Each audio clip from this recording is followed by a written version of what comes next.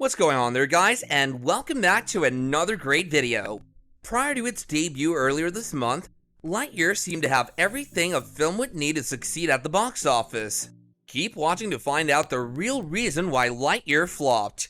Number 5. Reviving nostalgia. The Marvel star Chris Evans played the starring role in the Toy Story spin-off, which not only capitalized on the recent success of nostalgia, but also became the first Pixar film ever to be solely released in theaters since Onward in March of 2020. Lightyear, however, was one of the few Pixar films to not have a domestic opening weekend at the top of the charts after failing to unseat Jurassic World Dominion from that position. So why didn't Lightyear succeed at the box office, you may ask, and what specifically went wrong with it? Let's have a look into it right now. Lightyear has earned $152.7 million globally in its second weekend of release, with $89.3 million coming from the United States and $64.1 million coming from other countries. Number 4. Getting Outlawed. That came after it unintentionally established a record for Pixar's greatest week-over-week decline at the US box office, discounting Onward, falling by 64.1%, which opened just before the pandemic shut cinemas down. A lengthy run seems doubtful since Minions: The Rise of Gru will be released on Friday, July 1st to increase family category competition. After the film was outlawed, Lightyear wasn't distributed in a number of foreign countries, including the UAE and Saudi Arabia. The same-sex kiss is said to be the reason why the directors insisted on keeping it. However, this hasn't been proven. The release in China is also in question, again apparently owing to Disney's unwillingness to make cutbacks, leaving Japan as the sole big market to debut on July 1st.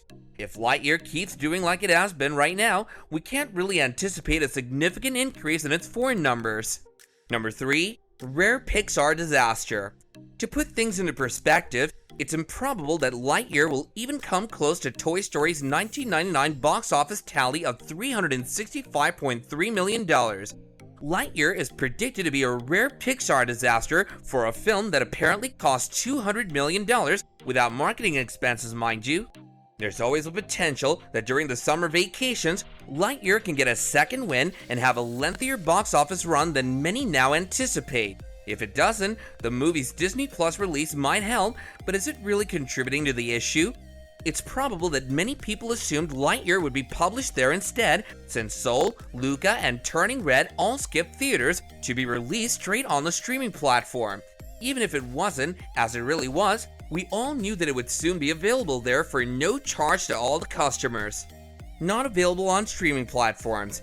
If you have a Disney Plus subscription, you may have noticed that popular Disney films often appear on the streaming service soon after they're released in theaters. So why wouldn't Lightyear be, now that Doctor Strange and the Multiverse of Madness, which was released in May, is?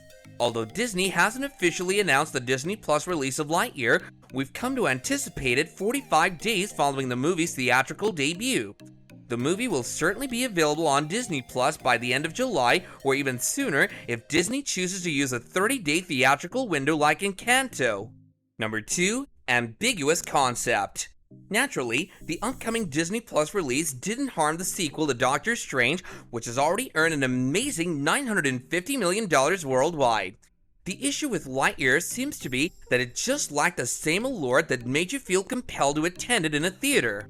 Although it may not have garnered as favorable reviews as the Toy Story films, Lightyear still has a respectable Rotten Tomatoes score of 75%, and the audience score of 85% suggests that those who did see it enjoyed it. The issue wasn't necessarily with the film's quality, but rather with what it was. It may be argued that there was ambiguity over what Lightyear was even before its debut. Was the toy Buzz Lightyear influenced by the life of an astronaut?